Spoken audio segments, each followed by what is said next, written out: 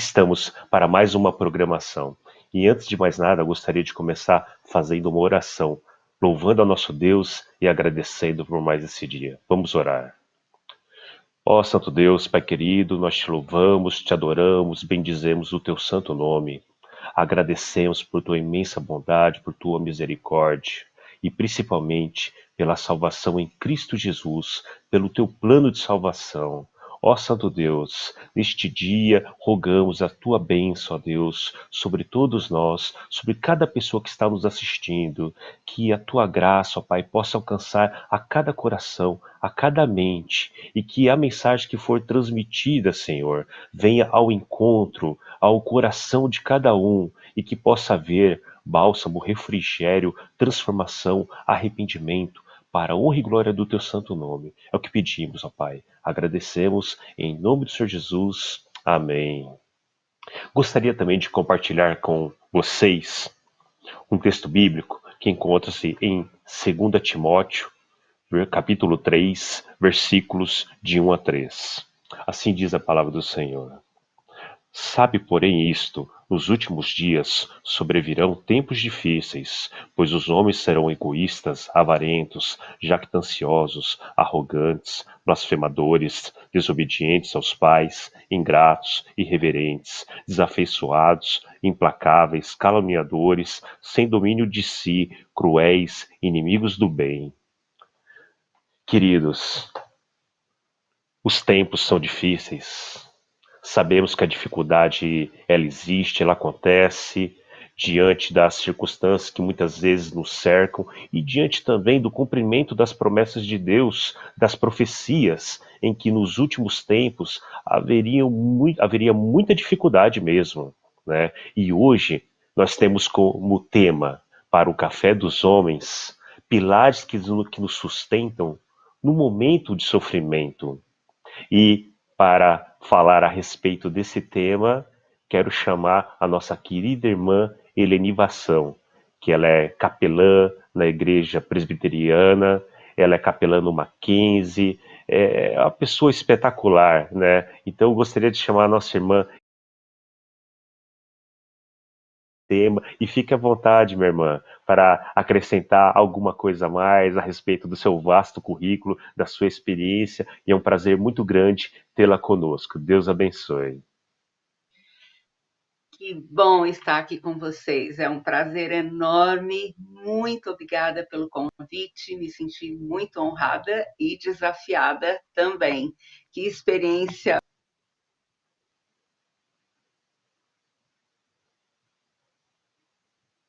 com o meu celular. Não é muito fácil aprender a lidar com esses momentos novos e se adaptar a tudo, não é? Mas eu tenho o Verdade. privilégio de estar aqui com vocês. Muito obrigada mesmo. Obrigado. Então, referente a esse tema, os pilares que nos sustentam no sofrimento. Um tema muito oportuno, né, Eleni? Porque um momento de pandemia em que as pessoas estão sofrendo problema de saúde, muitas vezes passando por um desemprego, por dificuldade com familiares, o quanto que a palavra do Senhor vem para trazer um refrigério e um sustento, e como o próprio nome diz, né, um pilar, ou seja, a sustentação para a pessoa num momento como esse. Então a palavra está contigo, Eleni, que seja uma ótima palestra, que a gente sabe que será, em nome do Senhor Jesus. Deus abençoe. Eu vou precisar usar algumas apresentações em PowerPoint, então eu gostaria de ver se vocês já podem colocá-la para que eu possa ir desenvolvendo com vocês esse tema. No começo dessa palestra, é que eu tenho tido o privilégio enorme de ter um treinamento muito especial. Faz 38 anos que eu desenvolvo o Ministério de Capelania Hospitalar. Comecei como capelã titular evangélica do Hospital das Clínicas de São Paulo, depois do Emílio Ribas. Clínicas.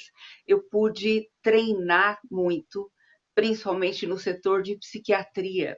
Tive ali como tutor o professor Dr. Francisco Lotufo Neto, que me colocou como diretor do setor, um dos diretores da psiquiatria toda também.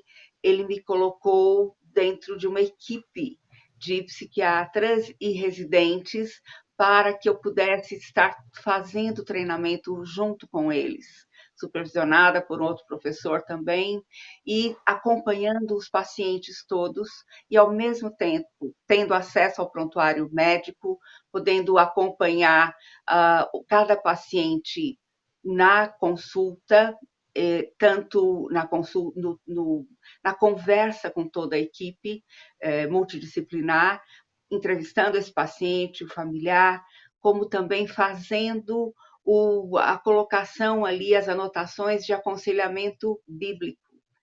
E interessantíssima a ação desses psiquiatras, e eu falo tudo isso porque hoje eu tenho o privilégio de dar continuidade à palestra do meu amigo, doutor Marcionilo Laranjeiras, psiquiatra, que fez o último Café dos Homens e me deixou essa tarefa de dar continuidade também ao tema que ele desenvolveu. Então, vamos lá trabalhar em cima desse tema tão importante nessa época tão especial. Estamos vivendo o maior experimento psicológico da história, essa época de quarentena pelo coronavírus. E eu peguei uma palestra muito interessante da doutora Elke van Hoof, uma entrevista à BBC Mundo, e ela é professora de psicologia de saúde da Universidade de Vrije, em Bruxelas, e especialista em estresse e trauma. E ela diz que em março deste ano nós tínhamos 2,6 bilhões de pessoas em quarentena. Isso é 1/3 da população do mundo. Em junho, nós tínhamos 9 milhões de pessoas contaminadas no mundo. 470 mil mortes. Um estresse tóxico, depressão, ansiedade, insônia e desorganização. O mundo virou de ponta cabeça e as pessoas ficaram extremamente confusas, ansiosas, agitadas, deprimidas, sem perspectiva quanto ao futuro. Quantos perderam o emprego, quantos estão ainda conseguindo começar a se adaptar ao home office, e também as suas crianças que deixaram as escolas e têm que ser ensinadas em casa, usando toda a parte de ensino online. Então, quantas novas experiências nós estamos tendo, quanto temos que aprender nessa época tão difícil. O sofrimento balança nossa estrutura física, mental e emocional. Não é só o nosso corpo que tem que se adaptar. Como é difícil alguém que fazia esportes todos os dias, que corria para baixo e para cima, que enfrentava o trânsito, que fazia 1000 coisas, de repente ficar fechado dentro de um apartamento ou de uma casa. Mudar todo o seu esquema de vida. E quanta confusão, porque foi muito repentino. Quanto estresse isso nos traz. Outros que estão na linha de frente da batalha, como os profissionais da saúde. E eles também tiveram um impacto, sofreram um impacto muito grande, porque não foi só lidar com uma doença nova, mas uma doença extremamente perigosa, que cada corpo de cada pessoa reage de uma maneira diferente, e eles tiveram que enfrentar também, estão tendo que enfrentar os seus medos, o medo da sua própria contaminação, de levar a contaminação para casa, e muitos desses não estão nem entrando em suas casas já há meses, estão dormindo ou num hotel ou numa edícula no fundo da sua casa, mas sem contato físico com os seus queridos. Que sacrifício enorme, além de muitos outros que eles enfrentam no dia a dia com as suas perdas, o que eles vão vendo e não conseguindo deter ao caminhar da morte em relação àquele paciente a quem eles já se afeiçoaram. É muito, muito, muito difícil enfrentar tudo isso. Então, eu quero estar conversando com vocês sobre este tempo em que estamos vivendo. Confusão, perplexidade, desgaste, incredulidade diante do que está havendo agora no mundo inteiro. E os números de mortes diminuem todo dia a mesma coisa, isso causa uma insegurança enorme, um medo muito grande, uma sobrecarga de preocupações. Toda a nossa casa foi virada de cabeça para baixo. Nós estamos tentando nos adaptar, arrumar as coisas, mas isso toma tempo, isso demora para a gente conseguir colocar os parafusos no lugar certo e tocar daí para frente. Desesperança. Como é um sentimento muito forte em algumas pessoas ou em muitas pessoas. Pensamos que tudo fosse ser resolvido em 15 dias, mas já faz mais de 4 meses. Já passou muito tempo, nada mudou. Que triste, que difícil, que como nós estamos sendo esticados até o máximo. Nossa, como isso é desgastante. Tristeza, perda da razão em viver. Quantas pessoas estão tão perdidas, tão confusas, tão deprimidas, tão ansiosas, tão sem esperança no futuro, que começam a se entregar. Tenho recebido notícias de amigos capelães em outros estados que estão relatando o número de suicídios que tem acontecido na sua região. Todos podemos passar pelo sofrimento. Eu posso ser uma cristã bem resolvida, com Deus, com uma boa teologia, com uma vida cristã equilibrada, realmente firme, mas eu vou passar por aflições também. E eu fico pensando, meu Deus, aqueles que não conhecem o Senhor, que não tiveram um encontro com a pessoa de Cristo, como estão? Como estão sobrevivendo num tempo tão difícil como este? Mas é muito interessante a gente poder voltar para a palavra de Deus. E eu fico encantada em me aprofundar na palavra de Deus e ver que ela é transparente. Ela mostra o ser humano como ele é, a sua fragilidade. Um Deus que conhece a nossa estrutura e sabe que somos pó. Ele não está cobrando de nós que sejamos sempre corajosos, fortes, decididos e que superemos tudo facilmente. Isso ele mostra através de personagens bíblicos. E ele diz assim, em Jó, no livro de Jó, que é tão importante para a nossa vida. Não é verdade que a vida do ser humano neste mundo é uma luta sem fim? Assim, me deram por herança noites de desengano e me proporcionaram noites de aflição. Ao deitar-me, pergunto quando me levantarei. Mas a noite é longa e estou farto de me virar na cama até o amanhecer. O meu corpo está vestido de vermes e crostras terrosas. A minha pele racha e de novo forma pus. Lembra-te, ó Deus, de que a minha vida é um sopro. Os meus dias não tornarão a ver a felicidade. Jó 7. Que peso! Também Jó perdeu tudo e todos em pouquíssimo tempo. perdeu primeiro todos os seus empregados, todo o seu gado, todos os seus bens, perdeu os seus 10 filhos em um só dia e depois perdeu também a sua saúde.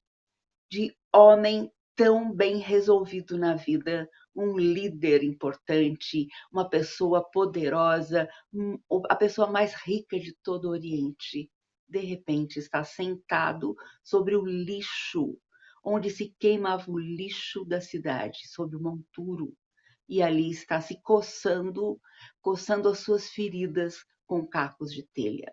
Que coisa terrível para um homem que conhece a Deus, que ama a Deus, que anda com Deus, que é justo e que é reconhecido por Deus pela sua justiça, pela sua integridade.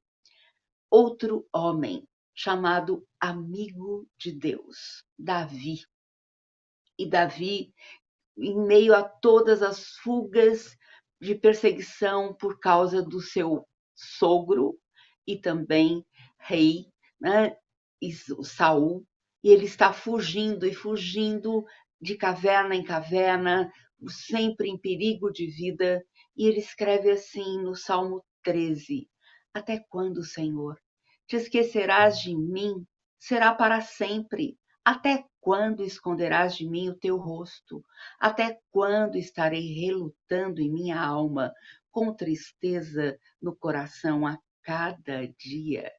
Que coisa forte! Era um homem íntegro, um homem que andava com Deus e também passou por aflições enormes, a ponto de dizer: Deus, eu não aguento mais. Até quando o Senhor vai permitir que tudo isso aconteça? Mas nós podemos ver isso também na vida de Jesus. Deus encarnado, que veio ao nosso encontro, se fez gente como a gente, sem deixar de ser Deus, para dar a sua vida em nosso lugar numa cruz, pagar pelos nossos pecados. E ele também sofreu. Ele poderia ter evitado tudo isso, chamado seus anjos, ele com seu poder, que ele é o Criador do universo, ele poderia fazer tudo diferente e fugir do sofrimento. Mas ele passou por esse sofrimento. E ele diz assim, em Lucas 23, Pai, se queres, afasta de mim esse cálice. Contudo, não se faça a minha vontade, e sim a tua. E estando em agonia, orava mais intensamente. E aconteceu que o suor dele se tornou como gotas de sangue caindo sobre a terra. Imaginem o tipo de sofrimento, o tamanho do sofrimento que nenhum ser humano passou, sendo Deus dando a sua vida em nosso lugar para morrer numa cruz e nos dar vida e vida em abundância. Mas outro personagem bíblico que encontramos é Paulo. Paulo, aquele que perseguiu os cristãos os do caminho e que foi derrubado do seu cavalo no caminho de Damasco, quando ele ia perseguir mais cristãos e mandá-los para a morte. Jesus o confronta ali, o cega e o deixa totalmente impotente e fala ao seu coração que ele está perseguindo não só os cristãos, mas ele está perseguindo o próprio Cristo. E Paulo tem o seu coração convertido, começa uma nova vida e ele escreve assim: porque não queremos, irmãos, que vocês fiquem sem saber que tipo de tribulação nos sobreveio na província da Ásia.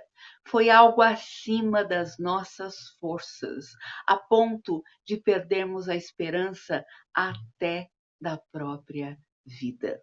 Paulo passou por uma série de perseguições, de tormentas, de aflições, e agora ele está ali numa situação nevrálgica, sofrendo ao ponto máximo. Ele pensa que ele não terá forças e ele acha que as forças humanas chegaram realmente ao fim.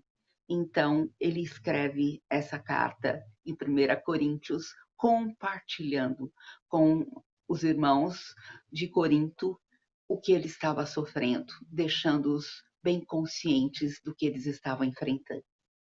Agora, uma coisa muito interessante, voltando e puxando um gancho da palestra do Dr. Marcionillo, ele falou sobre como lidar com tempos difíceis, usando principalmente uma terapia, o ACT, Acceptance and Commitment Therapy, a terapia da aceitação e do comprometimento. E ele fala que esta terapia se baseia em atenção ao presente, porque se você se basear no seu passado, você vai trazer uma porção de culpas.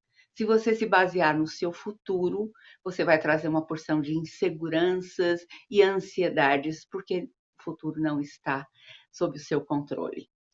Ele falou sobre o outro ponto dessa terapia, a aceitação ativa, compromisso com valores e ação comprometida. E ele falou também outra coisa muito interessante, das muitas que ele falou na palestra do Café dos Homens anterior. Ele falou sobre o desenvolvimento de virtudes no tempo de sofrimento, no tempo de quarentena, no tempo de aprisionamento para muitos. Como lidar com isso?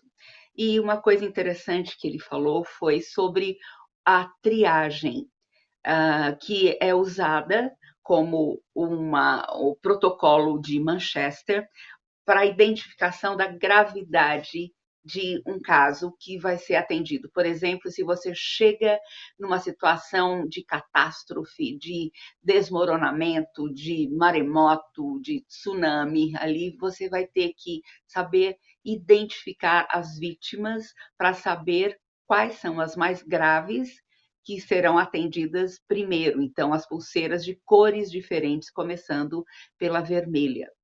E ele falou sobre a importância da gente saber fazer isso nas nossas vidas, para começarmos a nos organizar de novo. Então, uma triagem. Quais são as nossas prioridades? Quais são as coisas que temos que trocar para frente primeiro?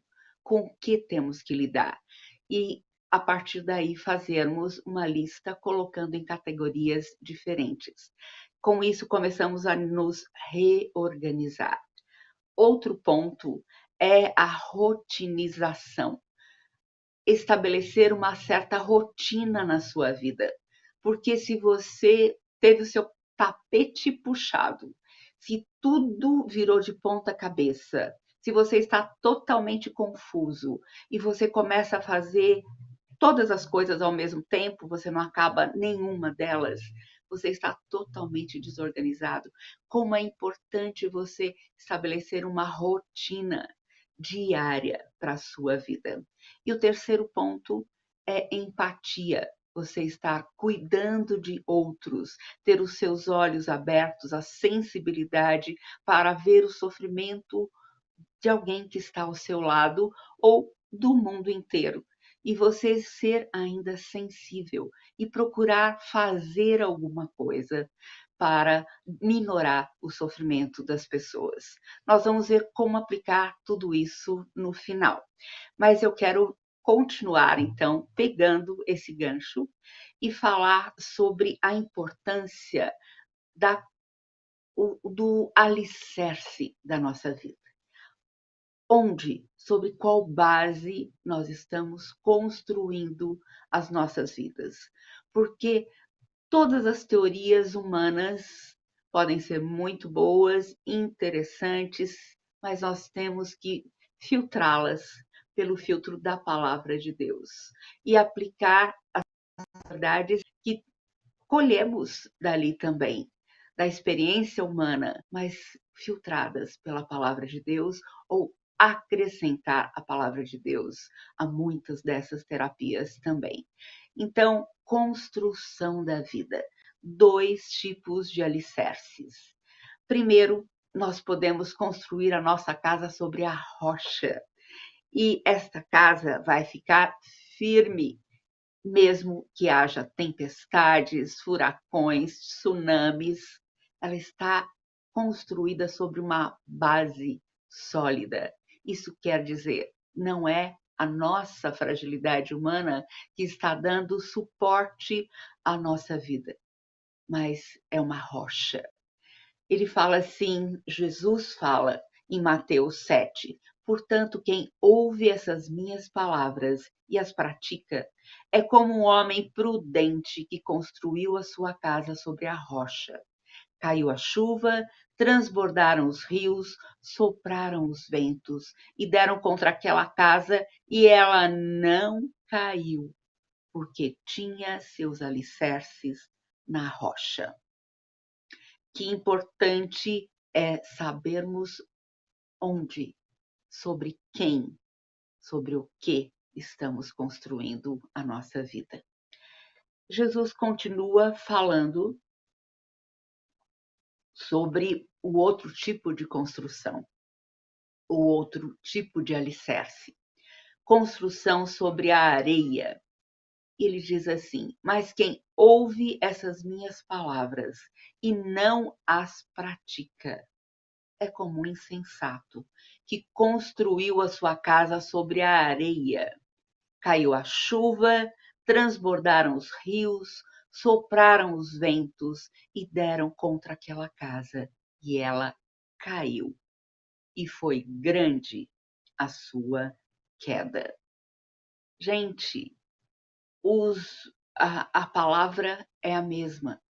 Quantos ouvintes nós temos em nossa igreja que ouvem e ouvem e ouvem a palavra, mas não deixam que essa palavra entre no seu coração. Não a não praticam essa palavra de Deus.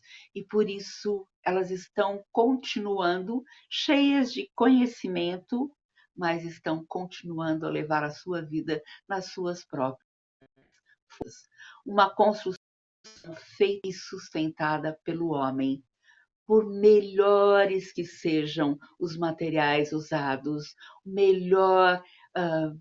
a melhor formação que a pessoa tenha, a melhor estrutura interna que ela tenha, sozinha ela vai desmoronar uma hora, porque nós temos que construir a nossa casa sobre Cristo, que é a nossa rocha firme. Eu quero falar agora sobre as colunas que nos sustentam no sofrimento. Como Jó reagiu em meio àquela situação catastrófica. Ele estava construindo a sua casa sobre a rocha. E por isso Jó podia dizer assim, porque eu sei que o meu Redentor vive. E por fim ele se levantará sobre a terra. Depois, revestido esse meu corpo da minha pele, em minha carne, verei a Deus. Eu o verei por mim mesmo, os meus olhos o verão, e não outros. De saudade o meu coração desfalece dentro de mim. Que trecho lindo, que fé maravilhosa de Jó. A sua vida estava alicerçada sobre a rocha. Ele não estava sozinho em situação alguma, mesmo sobre o monturo. Deus lhe permitia fazer centenas de perguntas. Por quê? Por quê? Eu não entendi o que aconteceu, mas ele tinha uma certeza. Deus estava ali com ele. Nunca o deixaria sozinho, nunca o desampararia. Respondendo a Davi, Davi que passou por tanta aflição, tanto sofrimento, mas escreveu os salmos mais lindos. Como eu tenho me deleitado nestes salmos, principalmente nesse tempo de quarentena, que eu tenho tido mais tempo para escrever, para ler, para meditar, para estar conversando com o meu Deus. eu tenho escrito muito. Já escrevi 6 livros nesse tempo de quarentena. E como é rico a gente poder mergulhar fundo na palavra, deixar que o Senhor, que o Espírito do Senhor vá nos dirigindo e ele vai nos fazendo produzir coisas para o bem de outros também. Davi fala assim: Tu és o meu esconderijo. Tu me preservas da tribulação e me cercas de alegres cantos de livramento. Que coisa linda!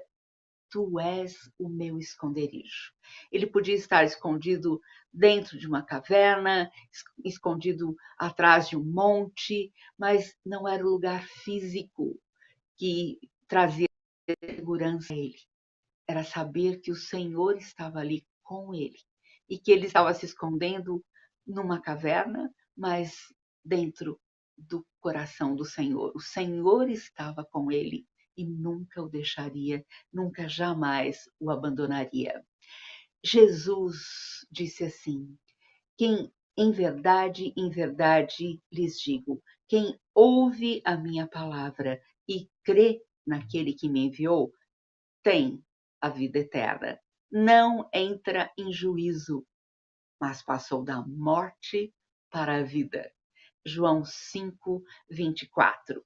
Como é precioso termos esta verdade da palavra de Deus bem à mão, para nós estarmos nos baseando nela, crendo nela, vivendo esta palavra e também levando-a aos outros. Quando eu estou falando com os meus pacientes em cuidados paliativos, eu sou capelã hospitalar há tanto tempo e eu tenho um privilégio enorme de orientar novos capelães, de formar esses novos capelães e também de gastar grande parte do meu tempo com os pacientes em cuidados paliativos, em final de vida.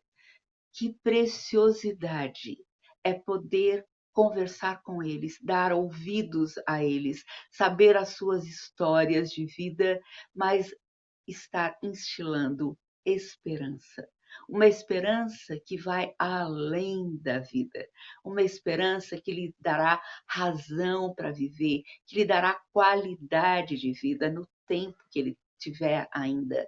E ele vai poder lidar com todos os seus conflitos pessoais e familiares também, baseado na palavra de Deus, apoiado no amor de Deus. E esta certeza de vida eterna, quem ouve a minha palavra e crê naquele que me enviou, tem a vida eterna. Não é talvez terá, conforme as suas obras, a sua bondade, seu altruísmo, nada disso. Nenhum de nós consegue preencher tudo aquilo que Deus quer para nós, tem para nós, porque nós somos pecadores, nós somos frágeis, nós somos humanos e por isso Cristo teve que vir ao nosso encontro e dar a sua vida por nós. E por isso que ele diz: quem crê tem a vida eterna. Pelos méritos de Jesus, nós temos vida e vida para sempre, vida além da morte. Essa é uma maravilhosa notícia para podermos oferecer àqueles que já não têm mais qualquer esperança.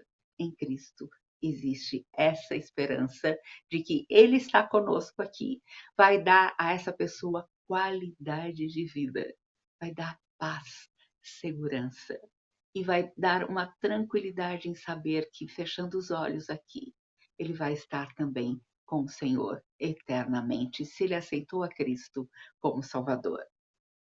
Paulo, dentro de uma prisão domiciliar também, quando ele estava na sua casa, algemado a 2 soldados o tempo inteiro, ele vira o jogo. Eu sou prisioneiro? Não, vocês são meus prisioneiros. Então eu vou usar esse tempo para fazer tudo aquilo que Deus quer que eu faça. E ele fala assim: aprendi a viver contente em toda e qualquer situação. Sei o que é passar necessidade e sei também o que é ter em abundância. Aprendi o segredo de toda e qualquer circunstância, tanto de estar alimentado como de ter fome, tanto de ter em abundância como de passar necessidade. Tudo posso naquele que me fortalece. A sua capacidade de superação não estava em si mesmo. As virtudes não estavam em si mesmas, em si mesmo, mas estavam no relacionamento com Deus, que o alimentava cada dia com o seu espírito, lhe dava força, ousadia e lhe dava um novo horizonte, chamado por Deus, parceiro, cooperador, embaixador. Que alto privilégio! Ele estava ali continuando a servir, mesmo preso fisicamente, mas ele estava solto. A palavra de Deus não estava presa, estava em toda a liberdade para agir no coração daquelas pessoas através da vida dele. Cristo sempre nos dá respostas para cada um dos nossos problemas. A Bíblia é o nosso manual de instruções. Ela nos orienta em como viver de uma maneira firme, alegre, em paz, segura, de maneira a agradar a Deus e a servir aquelas pessoas a quem Ele colocou no nosso caminho, a quem Ele quer que nós prestemos cuidados também. Que privilégio estarmos com Ele, sermos cooperadores dele. Você pode encontrar respostas para a sua ansiedade, para o seu medo, para a sua tristeza, para a sua culpa, para a sua insegurança, para a sua depressão e para tudo aquilo que você estiver enfrentando na vida. Jesus disse assim: venham a mim todos vocês que estão cansados e sobrecarregados, e eu os aliviarei. E vocês encontrarão descanso para a sua alma. Não é bom demais a gente poder descansar no Senhor, correr para Ele, deixar que Ele nos abrace, nos acolha e dê ouvidos a todas as coisas que estão passando pelo nosso coração, pela nossa mente, aquele turbilhão de sensações. Ele nos acolhe, nos aquieta, nos dá segurança nele mesmo. Simão Pedro respondeu depois de um discurso dificílimo que Jesus havia feito e as pessoas foram debandando uma a uma. E Jesus ainda volta para eles e pergunta para os seus discípulos: vocês também não querem ir? E Pedro responde assim: Senhor, para quem iremos? O Senhor tem as palavras da vida eterna e nós temos crido e conhecido que o Senhor é o Santo Deus. Quando nós estamos com Cristo, nós não temos que correr para canto nenhum mais, porque nós estamos construindo as nossas vidas sobre a rocha. Ele é a nossa rocha firme. Salmo 73 diz assim: quando meu coração estava cheio de amargura, eu estava embrutecido e sem entendimento. No entanto, estou sempre contigo. Tu me seguras pela minha mão direita. Quem tenho eu no céu, além de ti? Ainda que a minha carne e o meu coração desfaleçam, Deus é a fortaleza do meu coração e a minha herança para sempre. Quanto a mim, bom é estar perto de Deus. Faço do Senhor Deus o meu refúgio para proclamar todas as suas obras. Salmo 73. Paulo continua em 2 Coríntios falando sobre aquela tempestade pela qual ele passou, aquela situação em que ele chegou a se desesperar da sua própria vida. E ele fala assim: pelo contrário, mesmo que o nosso ser exterior se desgaste, o nosso ser interior se renova dia a dia, porque a nossa leve e momentânea tribulação produz para nós eterno de glória, acima de toda a comparação, na medida em que não olhamos para as coisas que se veem, porque as coisas que se veem são temporais, mas as que não se veem são eternas. 2 Coríntios 4. Onde nós estamos colocando o nosso foco?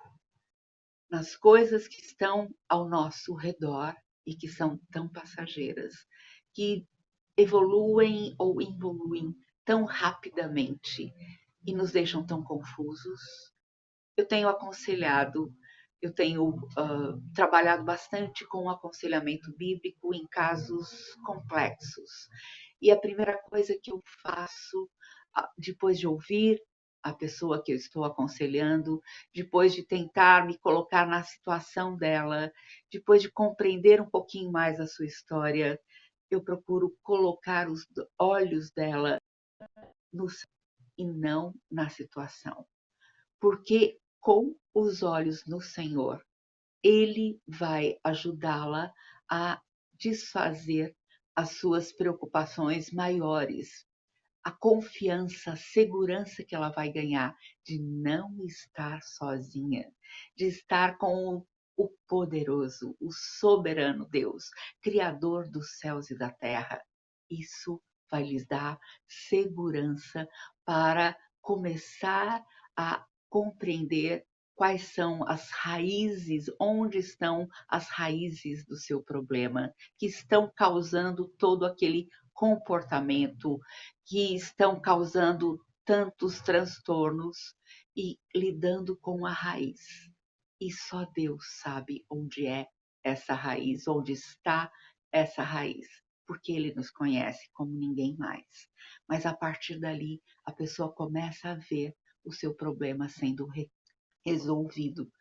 Claro que muitas vezes é necessário o auxílio de um psiquiatra para entrar com uma medicação, para entrar com alguns procedimentos que são tão importantes, mas se ela estiver plantada na rocha, firmada em Cristo, ela vai se recuperar em 1/3 do tempo em relação a outras pessoas com a mesma patologia. Isso, muitas pesquisas científicas feitas por psiquiatras de renome mostram isso. Pessoas que têm uma forte fé, que confiam em Deus, se recuperam em menos de 1/3 do tempo em relação a outras pessoas com a mesma patologia. É muito interessante. Quero continuar aqui com o Salmo 23. Quem é o pastor da nossa alma? Quem é o Senhor da nossa vida? Se o Senhor for o nosso pastor, com certeza, nada nos faltará. Não nos faltarão problemas e aflições, mas não nos faltará a sua companhia, a sua presença, a sua direção, que nos guia passo a passo, dia a dia. Eu gosto muito desse versículo e tenho dado para os meus pacientes quando eles estão mais aflitos. Mas eu, quando estiver com medo, confiarei em ti. Eu peço que os meus aconselhandos escrevam esse versículo quando estão enfrentando a ansiedade, o medo, a insegurança, e o coloquem na geladeira, no espelho do banheiro, no espelho do quarto, em todo lugar onde eles vão passar durante o dia. E que cada vez eles parem, leiam aquele versículo, orem, falando: Senhor, eu creio e eu estou com medo agora, mas eu quero confiar em ti. Quero descansar no Senhor. Para terminar esse nosso tempo juntos, eu quero ler para vocês um texto muito bonito que uma aconselhanda minha escreveu Mas essa aconselhanda também é aconselhanda do Dr. Marcionilo, é paciente dele. E então vocês vão ver o nome dele aqui dentro. Essa moça, filha de pastor, criada na igreja, crente em Cristo, sofreu um grande abuso na sua infância, que ela só conseguiu começar a entender e verbalizar aos 30 anos de idade, quando ela veio me procurar para aconselhamento bíblico. Nós andamos lado a lado por 3 anos, a princípio. Depois continuamos eventualmente a nos encontrarmos para aconselhamento também, mas semanalmente por 3 anos. E ela estava tomando uma porção de remédios de todos os tipos. E na quarentena, as pessoas que já têm um transtorno mental, tudo isso se exacerba e elas ficam piores ainda, sofrem em triplo em relação a todas as outras pessoas que não estão passando pela mesma situação mental que elas estão. Mas essa menina procurou em Deus e na terapia também com o Dr. Marcionilo o seu socorro. Encerrei o ano de 2019 com a seguinte frase do meu médico: hoje foi uma das suas melhores consultas deste ano. Lembro-me deste momento tão particular, como também me vem à memória o cenário que eu vivia nas últimas semanas. Decidi aprender a ser grata. O compromisso do exercício diário da gratidão a Deus havia produzido resistência e fortalecimento às vivências angustiantes da depressão e ansiedade. A gratidão a Deus se tornou pílula para aumentar a minha imunidade. Com isso, comecei a produzir a todo vapor o pote da gratidão. Na referida consulta, pude presentear meu querido médico Dr. Marcionilo e sua família com esse presente. Ele me incentivou a escrever sobre esse projeto e elaborar um passo a passo para as pessoas. E assim se fez.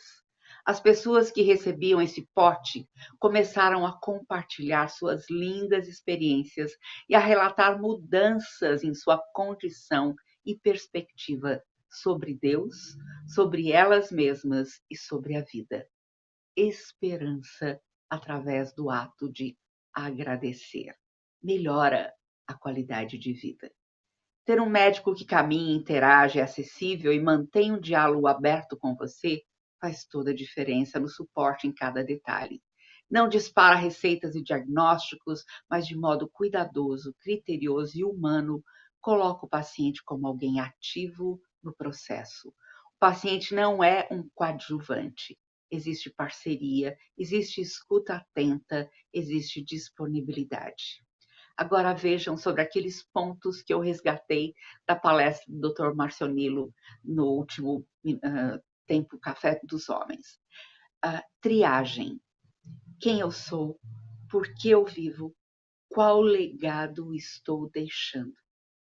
E ela chegou à conclusão, depois de tantas internações e tratamentos psiquiátricos: eu não sou uma doença. Qualquer enfermidade pode ocasionar muitos transtornos, constrangimentos, mudanças de comportamento, diminuição de sua energia e até parecer que os sintomas que a acometem sejam você. Mas não, você não é uma doença. É importante desconstruir essa ideia e percepção. A enfermidade faz parte de uma série de coisas difíceis que em algum momento teremos que vivenciar. Eu estou doente, mas eu não sou uma doença. O Senhor me sonda e conhece. Quanto mais perto de Deus, mais conhecimento de mim mesma terei. Mais recursos internos para lidar com os desafios da vida. Antes da pandemia e de todas as medidas de prevenção e isolamento social, eu já me encontrava nesse desmembramento de ser e estar.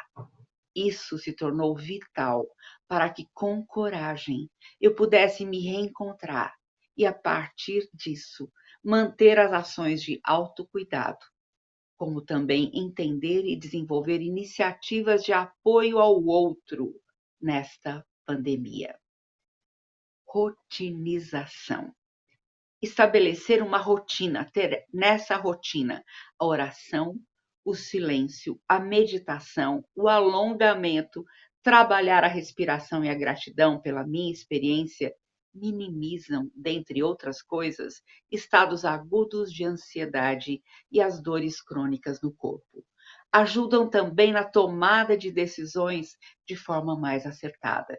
Poder visualizar um checklist de atividades possíveis no meu contexto é didático e compreender que em alguns dias nem tudo será cumprido. Respirar fundo e dizer tudo bem. Ao longo desses dias, pude compreender que vivencio momentos de crises críticas de ansiedade e impulsividade que, se não tratadas, me levam a descompensar emocionalmente. Muitos problemas podem ser desencadeados a partir disso. Li certa feita a seguinte frase: a ansiedade é como uma cadeira de balanço. Mantém você em movimento o tempo todo, mas não o leva a lugar nenhum. Dito isso, confesso que muitas das minhas crises se iniciam com muita agitação, mas me paralisam no final, deixam uma angústia sufocante e muita dor. Quando todo esse novo cenário mundial se instalou e veio o isolamento e a suspensão de tantas atividades, eu já tinha dentro de mim o que fazer. E uma palavra não deixava de ecoar: legado. Em um dos meus encontros com Deus, eu disse que tudo era tão incerto, mas que Ele, em sua graça, me permitisse ser um agente de transformação na sociedade, por meio dele e para ele. Para mim, era importante impactar positivamente pessoas em um momento tão delicado e sombrio. Comecei a me capacitar nas novas metodologias e ferramentas digitais. Não deixei de ler e me informar. Levantei perguntas: o que tenho em mãos? Como e quando fazer? Quem as pessoas? Qual o meu campo de ação? Como humanizar as relações digitais? Quais os parâmetros? E aí entra o terceiro ponto: em dia, ou serviço. As ações agora vão de aula para as crianças e adultos em diversas temáticas, entrega de bolos para pessoas em diversas situações, aconselhamento, mapeamento e estabelecimento de medidas de suporte para os mais vulneráveis, telefonemas e videochamadas aos idosos e pessoas enlutadas, monitoramento, acompanhamento e suporte aos enfermos. Coloquei-me em movimento, mas de maneira diferente, a cadeira de balanço.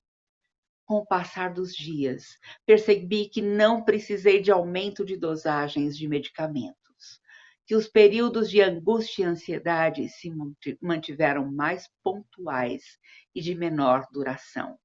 Não deixei de conviver com minhas fragilidades e limitações.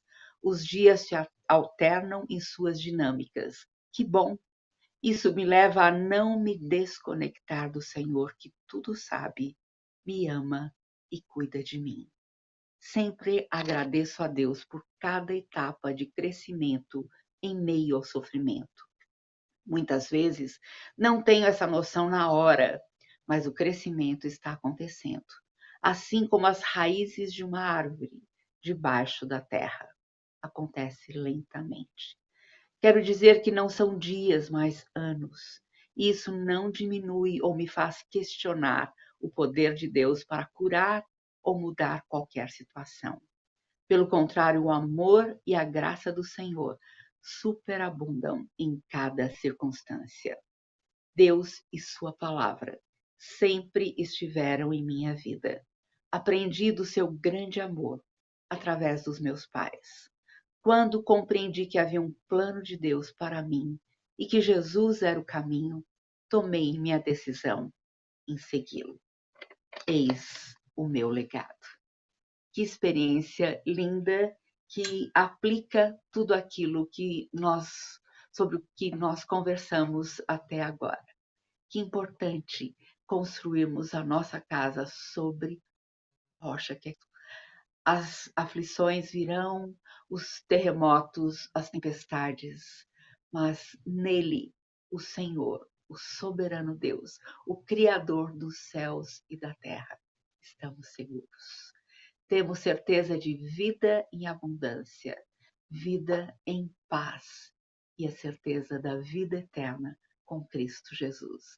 Teremos uma casa para morar. Quando partirmos daqui, com certeza estaremos na casa do Pai eternamente. Isso nos dá alento para viver integralmente, inteiramente, cada dia nas mãos do Senhor. Muito obrigada, que o Senhor abençoe a vida de cada um de vocês e muito obrigada pelo privilégio de estar aqui com vocês nesse encontro. Os pilares que nos sustentam, né? É importante nós termos essa sustentação, porque ela tanto serve para o nosso benefício, como para sermos um canal de bênção na vida de outras pessoas. Nós não podemos ter uma visão egoísta de que tudo que eu absorvo é para mim. Não, eu tenho que ser um canal aberto de bênção na vida das outras pessoas. Então, estar alicerçado na rocha é bênção para a sua vida e é uma forma de você poder também abençoar o próximo, né? A nossa irmã Eline Bação, ela é capelã da Universidade Presbiteriana Mackenzie, né? Ela é mestre em aconselhamento bíblico, ela é diretora da Associação de Capelania da Saúde e, assim, ela já escreveu inúmeros livros sobre aconselhamento bíblico, sobre capelania hospitalar, cuidados paliativos com aqueles que são necessitados, com aqueles que precisam de um cuidado. Então, você que quer se aprofundar nesse assunto, buscar mais informações, busque literaturas nesse sentido, para você se aprofundar, para ter mais base e para que você se torne uma pessoa mais conhecedora e como, o mais importante, né, o cuidado, como cuidar dessas pessoas que muitas vezes se encontram em momentos tão frágeis, tão difíceis e que precisa de um apoio de alguém, né? Muito obrigado, meu irmão. Eline Bação, um abraço, Deus te abençoe, foi um prazer imenso tê-la conosco e gostaria também de reforçar que o nosso próximo Café dos Homens vai acontecer no dia 25 de julho com o preletor Dr. Marcos Eberlin. E teremos também o nosso próximo programa MENAP no dia 18 de julho. Então você é o nosso convidado, continue acompanhando toda a TV, que seja uma bênção na sua vida. São programas diversos, mensagens para a edificação da sua vida. Então, agradecemos a todos, que Deus te abençoe e até o próximo Café dos Homens. Até mais. IPP TV, a sua TV missionária.